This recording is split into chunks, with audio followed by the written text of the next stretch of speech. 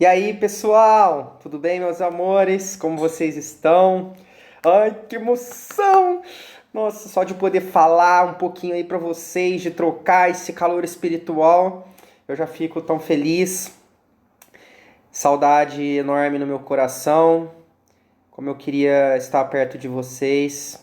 A hora que a gente voltar, impressionante como eu quero dar um abraço bem apertado em cada um de vocês.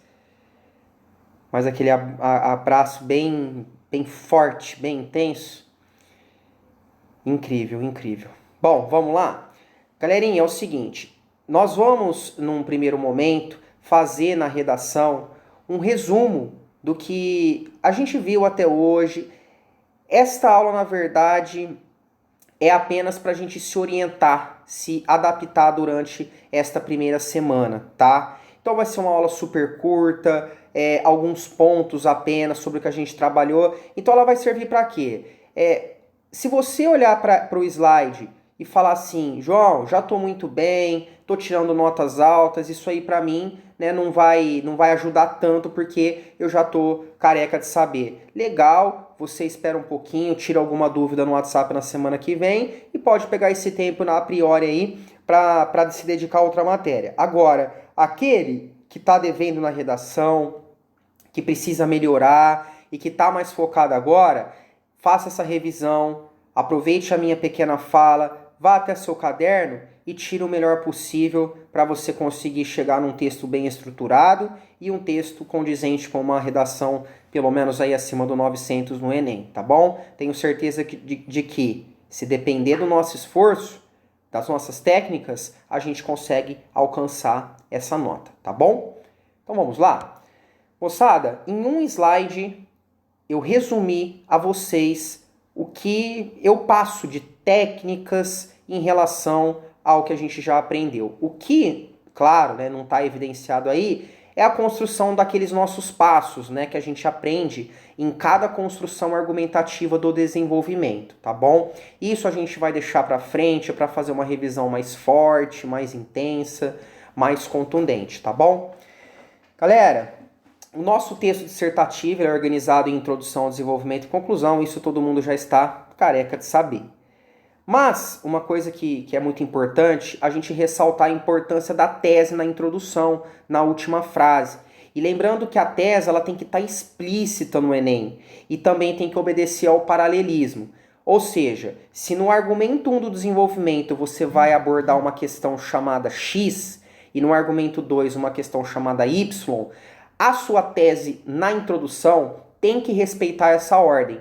Ou seja, você vai apresentar na tese em primeiro lugar o X e depois o Y. Se você faz a inversão, você perde ponto na organização estrutural. Essa é uma dica legal, interessante, né? É uma distração que a gente tem, perde 40 pontos, tá? Na introdução é fundamental, então, explicitar a tese, ou seja, o resumo daquilo que a gente vai abordar ao longo do texto. Às vezes, o que acontece por meio de falta de atenção?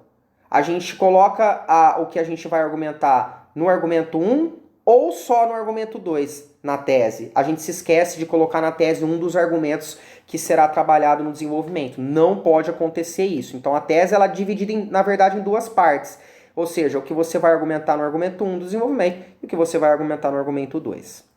O desenvolvimento deve ser feito em 2 parágrafos, lembrando que esses parágrafos precisam estar equilibrados. Um não pode ter 9 linhas e o outro 4. Lembrando que um não pode ter 12 e o outro 6, metade, não pode. 2 linhas no máximo de diferença entre eles. Para quê? Para que a argumentação do primeiro parágrafo esteja extremamente consistente e a mesma coisa acontecer com o argumento 2. Lembrando que, se eu tenho apenas o domínio de um repertório sociocultural, em qual parágrafo eu vou colocar esse repertório? No primeiro? Não, no segundo. Porque na redação, a última impressão é a que fica e não a primeira impressão.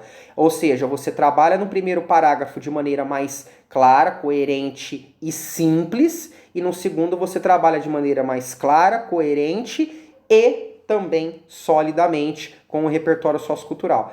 Porém, é claro que o que é melhor fazer, trabalhar com repertórios diferenciados tanto no argumento 1 quanto no argumento 2, e repertório que não vai faltar pra gente nas nossas redações, tá bom? Atenção à organização dos repertórios no desenvolvimento. João, eu não lembro quais são os passos. Você já fez parágrafo de 4, de 5 passos. Você já fez parágrafo com um resumo no final do parágrafo argumentativo.